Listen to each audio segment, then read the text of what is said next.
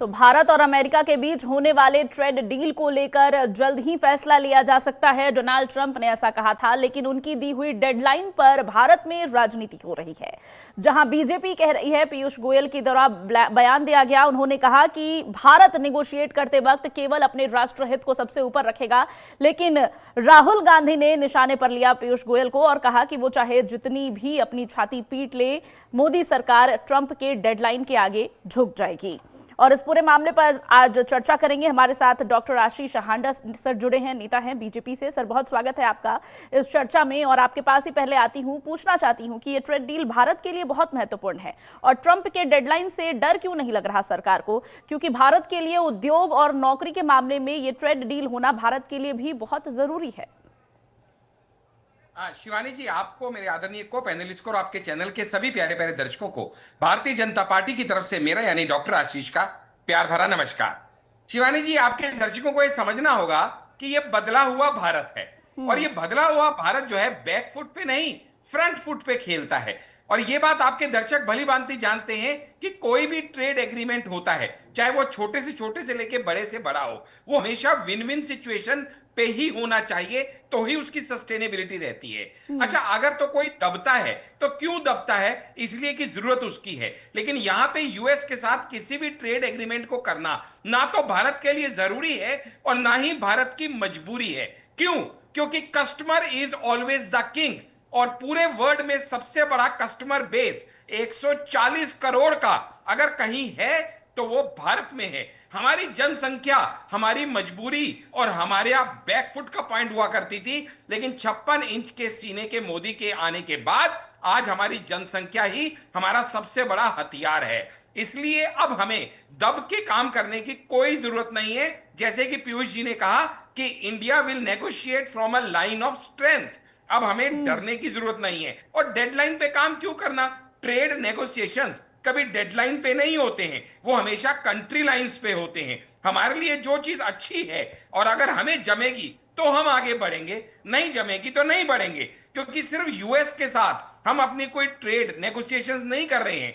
हमारी trade negotiations इस समय 27 देशों के यूरोपियन यूनियन के साथ भी चल रही है, न्यूजीलैंड के साथ चल रही है, ओमान के साथ चल रही है, चाइल के साथ चल रही है, पेरू के साथ चल रही है।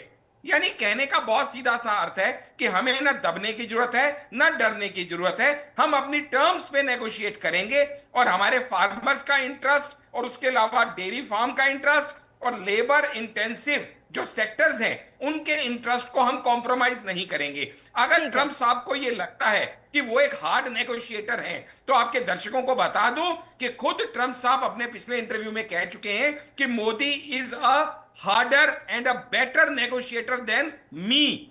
और यह बात दुनिया जानती है और आगे कुछ दिनों में आप इसका स्वरूप खुद ब खुद देखेंगे कि किस तरह से इंडिया अपने टर्म्स पे नेगोशिएट करेगी। तो हांडा साहब, डेडलाइंस के आगे नहीं हांडा साहब, आप एक तरफ जहां सरकार कह रही है कि अगर ये ट्रेड डील हो जाता है तो भारत में व्यापार और उद्योग को, रोजगार को बहुत बढ़ावा मिलेगा, वहीं दूसरी तरफ आप ये कह रहे हैं कि ट्रेड डील हमारी मजबूरी नहीं है। ये तो ठीक है, लेकिन जरूरी नहीं है।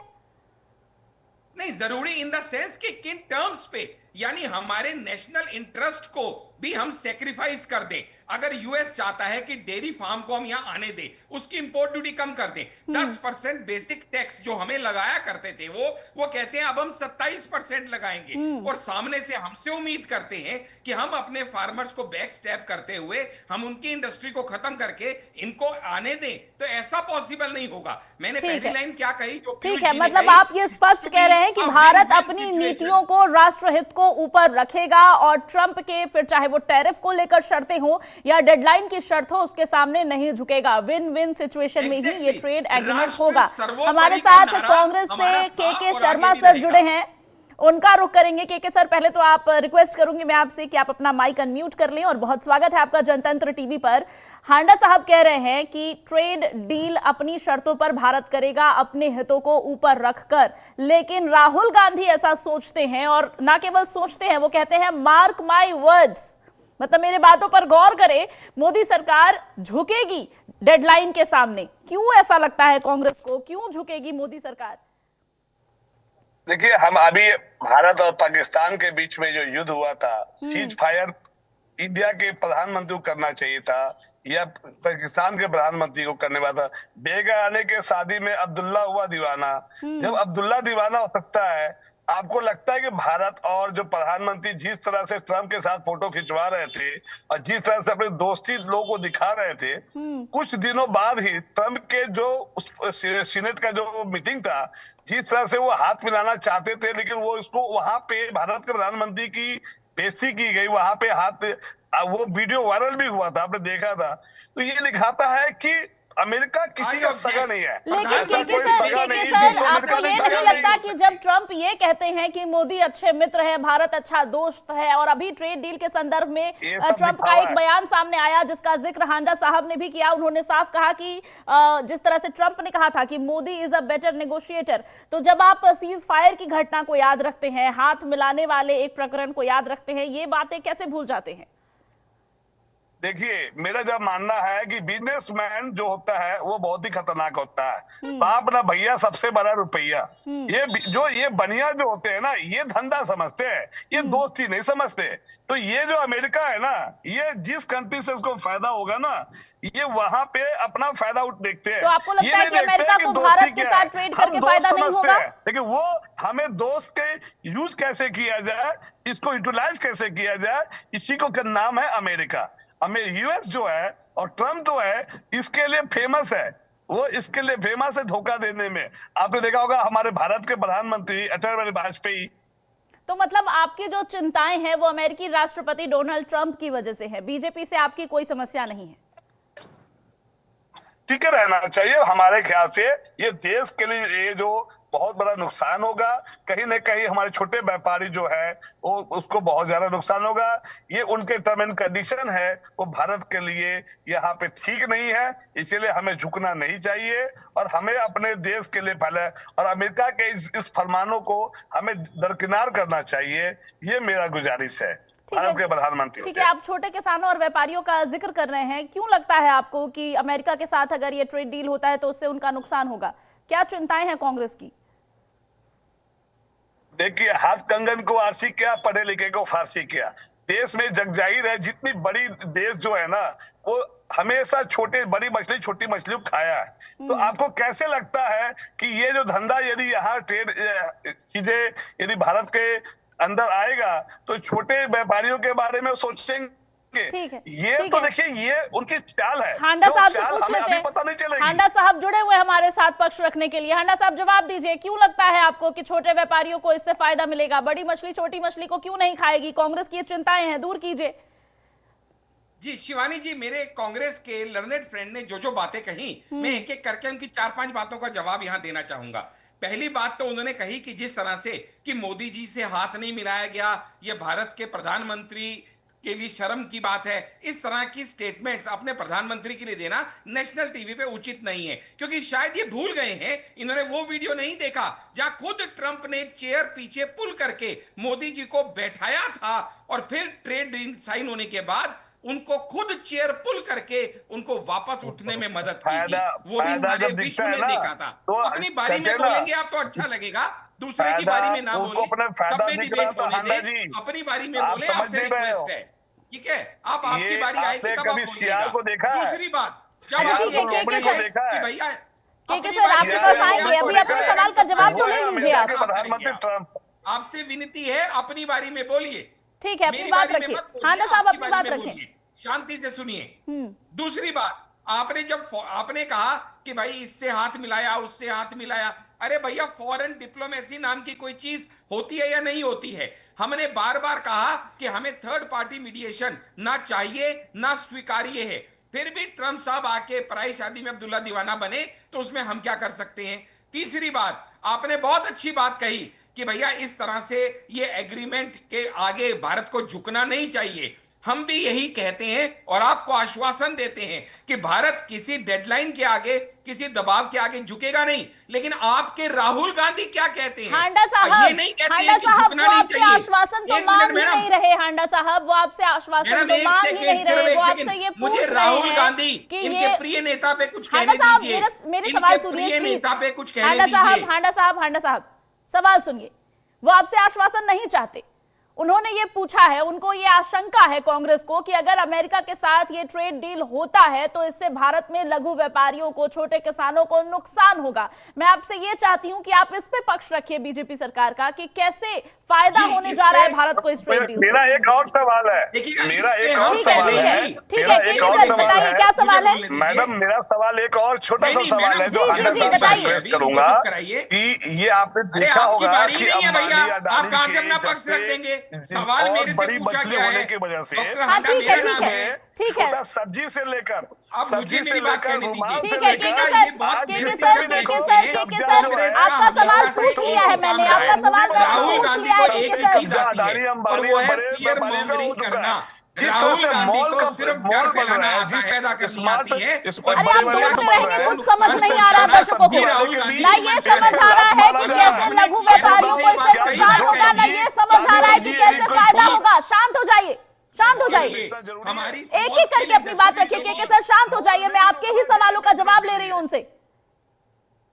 हांडा साहब अपनी बात रखिए। ये बात हम पहले भी कई बार कह चुके हैं, पीयूष जी ने बहुत क्लैरिटी से ये बात कह दी, राजेश जी ने भी ये बात कही थी कि कोई भी ऐसी डील जो हमारे फार्मर्स के लिए या फिर हमारी स्मॉल स्केल इंडस्ट्री के लिए, जिसको हम कहते हैं लेबर इंटेंसिव सेक्टर्स, जहां पे लेदर है, फुटवियर है, टेक्सटाइल है, जेम्स एंड ज्वेलरी है, गारमेंट्स हैं, ऑयल सीड है, ग्रेप्स हैं, बनानास हैं, अगर कोई भी डील इनकी तरफ नुकसानदायक होगी तो हम डेडलाइन की परवाह नहीं करते हुए ऐसी किसी डील पे साइन नहीं करेंगे, ऐसी किसी डील पे झुकेंगे नहीं जो हमारे स्मॉल स्केल इंडस्ट्री के लिए हार्मफुल है। और इसका सबूत यह है, फार्मर्स के इंटरेस्ट को अपलिफ्ट रखते हुए हमने अभी डील की है यूके से, ऑस्ट्रेलिया से, यूएई से, ईएफटीए से और मॉरिशस से, जहां पे फार्मर्स के इंटरेस्ट का हमने हुए ही डील की है।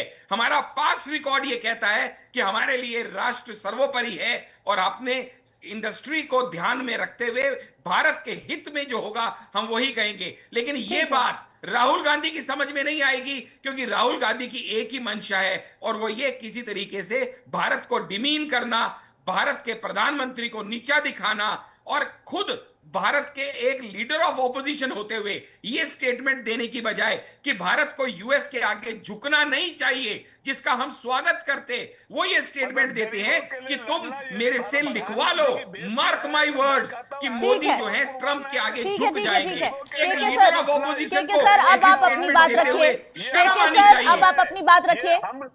हम समाजवादी नेता हैं और समाजवाद का ये कहता है सभी वर्ग एक बराबर हो। हम कार्ल मार्क्स को करते हैं, कार्ल मार्क्स ये कहता है कि सिर्फ अमीर को अमीर नहीं बनाना है, गरीब को भी अमीर बनाना है। यहाँ तो उल्टा, अमीर को अमीर, गरीब को और गरीब बना दो।